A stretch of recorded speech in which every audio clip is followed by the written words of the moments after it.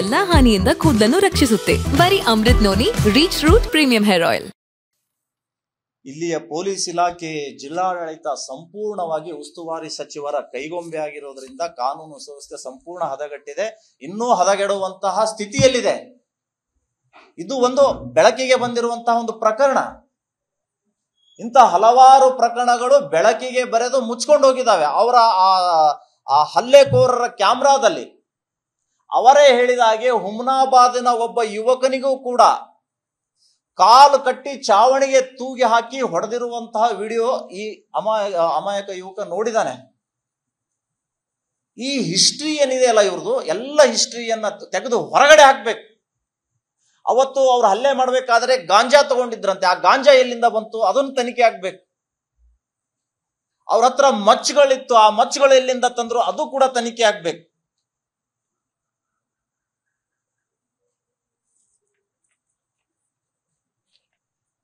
ಸೂತ್ರಧಾರ ಈ ರಮೇಶ್ ದೊಡ್ಡಮನಿಯನ್ನ A1 ಆಗಿ ಆರೋಪಿ ಮಾಡದೇನೆ A6 ಅಂತ ಆರೋಪಿ ಮಾಡಿದ್ದಾರೆ.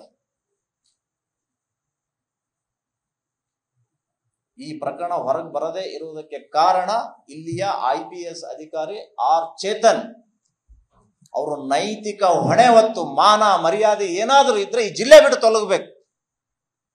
ಇಲ್ಲಂದ್ರೆ ಇಂಥ ಅನೇಕ ಅಮಾಯಕರ ಪ್ರಾಣ ಹಾನಿಗೆ ನೀವೇ ಕಾರಣರಾಗ್ತೀರಿ ಅನ್ನುವಂತಹ ಎಚ್ಚರಿಕೆಯನ್ನು ನಾನು ಕೊಡ್ತಾ ಇದ್ದೇನೆ.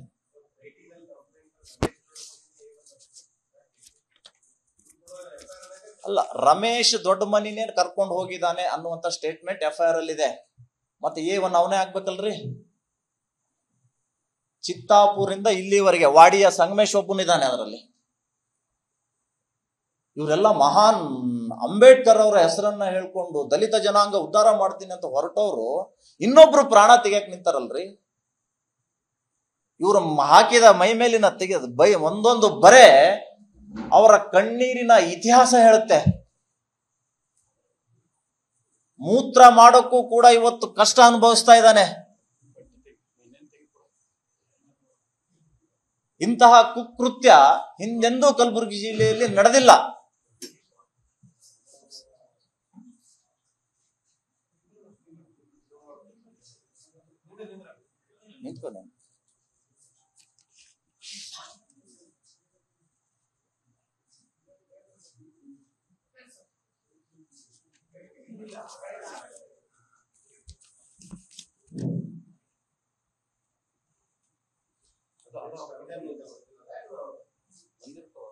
ಎದರ್ಲಿಂದ ಹೊಡೆದದ್ದು ಮಚ್ಚಿದ್ದೂರು ಎರಡು ಪೈಪ್ಗಳು ನಮಗ ವಿಡಿಯೋಗಳು ಬಂದಿರ್ಬೇಕಲ್ಲ. ಅವ್ರಿಗೆ ಬಿಟ್ಟಿದ್ದೇ ದೊಡ್ಡದು ಅಂತ ಹೇಳಿ ಓಡಿ ಹೋಗ್ಬಿಟ್ಟಿದಾರ. ಕೇಸ್ ಆಗಿದೆ, ಅವ್ರ ಹೆಸರಿದೆ. ಇವರು ಕೂತ್ಕೊಂಡೇ ಮಾಡಿದ್ದು ಕೇಸ್. ಆಮೇಲೆ ಇವ್ರು ಆಸ್ಪತ್ರೆಯೊಳಗೆ ಇದ್ದಾಗ ಈತನನ್ನ ಅಪಹರಿಸ್ಕೊಂಡು ಹೋಗಿ ಕಾಂಪ್ರಮೈಸ್ ಮಾಡುವಂತಹ ಪ್ರಯತ್ನನೂ ಕೂಡ ಆಯ್ತು. ಇವರು ಬಾಗಿಲ್ಲ. ಎಲ್ಲ ಘಟನೆಗಳು ಪ್ರಜಾಪ್ರಭುತ್ವಕ್ಕೆ, ಸಂವಿಧಾನಕ್ಕೆ ಅಣಕಿಸುವಂತಹ ಕ್ರಿಯೆಗಳು. 3 ಜನರ ಮೇಲೆ ಉಸ್ತುವಾರಿ ಸಚಿವರೇ, ನಿಮ್ಮಿಂದ ಕಲಬುರಗಿ ಜಿಲ್ಲೆಯಲ್ಲಿ ಆಡಳಿತ ನಡೆಸಲಿಕ್ಕೆ ಅಸಾಧ್ಯದ ಮಾತು. ದುರ್ಬಲರು ನೀವು, ಅಶಕ್ತರು ನೀವು. ನೇರವಾಗಿ ರಾಜೀನಾಮೆ ಕೊಟ್ಟು ಮನೆಯಲ್ಲಿ ವಿಶ್ರಾಂತಿ ತಗೊಳ್ಳಿ. ನನ್ನ ಜೀವನದಲ್ಲಿ ನಾನು ಮಾತ್ರವಲ್ಲ, ನನ್ನ ಕೂದಲು ಕೂಡ ಆಗಿರ್ಬೇಕು ಸ್ಟ್ರಾಂಗ್ ಅಂಡ್ ಸ್ಟೈಲಿಶ್. ಬರೀ Amrut noni reach root premium hair oil ನೊಂದಿಗೆ. Reach root premium hair oil. ಇಲ್ಲ, ಇಂಥ ಗುಂಡಾಗಳಿಗೆ ಕುಮ್ಮಕ್ಕು ನೀಡುವಂತ ಕೆಲಸ ಮಾಡಿ. ಆದ್ರೆ ಪ್ರಜಾಪ್ರಭುತ್ವ, ಇಲ್ಲಿಯ ಜನರ ಹಿತ ಕಾಪಾಡಲಿಕ್ಕೆ ಎಳ್ಳು ಕಾಳಷ್ಟು ನಿಮ್ಗೆ ಸಾಧ್ಯ ಇಲ್ಲ.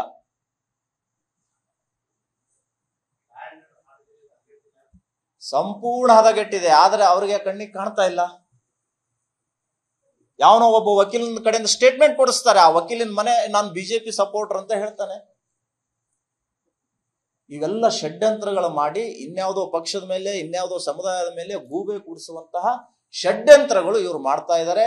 ಸೊ ಇವೆಲ್ಲ ಕಲಬುರಗಿಯ ಒಟ್ಟಾರೆ ಘಟನೆಗಳ ಲಿಸ್ಟ್ ಅನ್ನ ಮಾಡಿ ನಮ್ಮ ಸಮಾಜದವರು, ಇಡೀ ಹಿಂದೂ ಸಮಾಜದವರೆಲ್ಲರೂ ಸೇರಿ ಮುಖ್ಯಮಂತ್ರಿ ಹತ್ರ ನಿಯೋಗ ತೆಗೆದುಕೊಂಡು ಹೋಗಿ ಇಲ್ಲಿಯ ಕಾನೂನು ದುರಾಡಳಿತ, ಕಾನೂನು ಸುವ್ಯವಸ್ಥೆ ಹಾಳಾಗಿದ್ದರ ಬಗ್ಗೆ ಒಂದು ಮನವಿಯನ್ನ ಕೊಡೋರಿದ್ದೀವಿ. ಅವ್ರು ಏನಾದರೂ ಆಕ್ಷನ್ ತಗೊಂಡ್ರೆ ಒಳ್ಳೆಯದು, ಇಲ್ಲ ಅಂದ್ರೆ ಅವ್ರ ಹೆಸರ ಮೇಲೆ ಇಲ್ಲಿ ಎಷ್ಟು ಜನ ಬಲಿ ಕೊಡ್ತಾರೆ ಅನ್ನುವಂಥದ್ದನ್ನು ಕಾದು ನೋಡ್ಬೇಕಾಗುತ್ತೆ.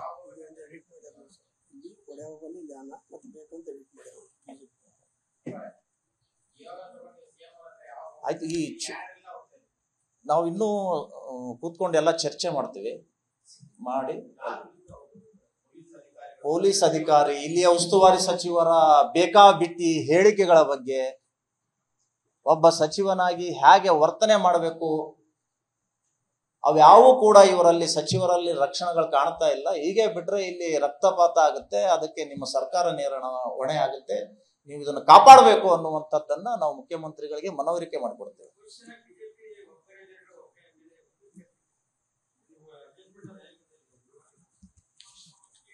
ಚುನಾವಣೆ ಮುಗಿದಿದೆ.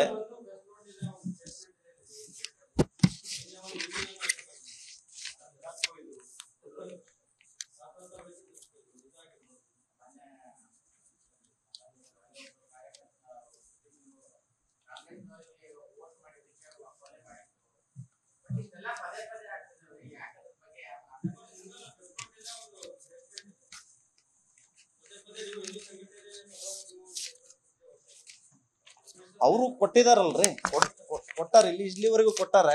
ಈಗ ಸ್ವಲ್ಪ ಆಯಾಸ ಆಗಿದೆ, ಹೋರಾಟ ಮಾಡಿ ಚುನಾವಣೆಯಲ್ಲಿ ಸ್ವಲ್ಪ ರೆಸ್ಟ್ ತಗೊಳಕ್ ಹೋಗಿದ್ದಾರೆ. ಬರ್ತಾರೆ, ಈಗ ಬಂದು ಬೀದಿಗಿಳಿದು ಯಾರಿಗೆ ಅನ್ಯಾಯ ಆಗಿದೆ ಅವ್ರ ಪರ ನಿಂತ್ಕೊಂಡು ಹೋರಾಟ ಅವರು ನಾವು ಸೇರ್ಕೊಂಡೇ ಮಾಡ್ತೇವೆ. ರಿಲ್ಯಾಕ್ಸ್ ಮೂಡಿಗೆ ಹೋಗಿದ್ದಾರೆ. ಹಾಗೇನಿಲ್ಲ, ಅವರು ಬರ್ತಾರೆ, ಬರ್ತೀನಿ ಅಂತ ಹೇಳಿದ್ದಾರೆ. ಕೆಲವೊಬ್ರಿಗೆ ಅನಾರೋಗ್ಯ ಇರೋದ್ರಿಂದ ಬರ್ತೀನಿ ಅಂತ ಹೇಳಿದ್ದಾರೆ. ಬಂದಾಗ ಎಲ್ಲರೂ ಸೇರ್ಕೊಂಡು ಮಾಡ್ತೇವೆ. ಅನುಕ್ಷಣದ ಸುದ್ದಿಗಳಿಗಾಗಿ ವಿಸ್ತಾರ ನ್ಯೂಸ್ ಯೂಟ್ಯೂಬ್ ಚಾನೆಲ್ ಸಬ್ಸ್ಕ್ರೈಬ್ ಮಾಡಿ. ಹೊಸ ಸುದ್ದಿಗಳ ನೋಟಿಫಿಕೇಶನ್ಗಾಗಿ ಬೆಲ್ ಐಕಾನ್ ಕ್ಲಿಕ್ ಮಾಡಿ. ಲೇಟೆಸ್ಟ್ ಅಪ್ಡೇಟ್ಸ್ಗಾಗಿ www.vistaranews.com ವೆಬ್ಸೈಟ್ಗೆ ವಿಸಿಟ್ ಮಾಡಿ.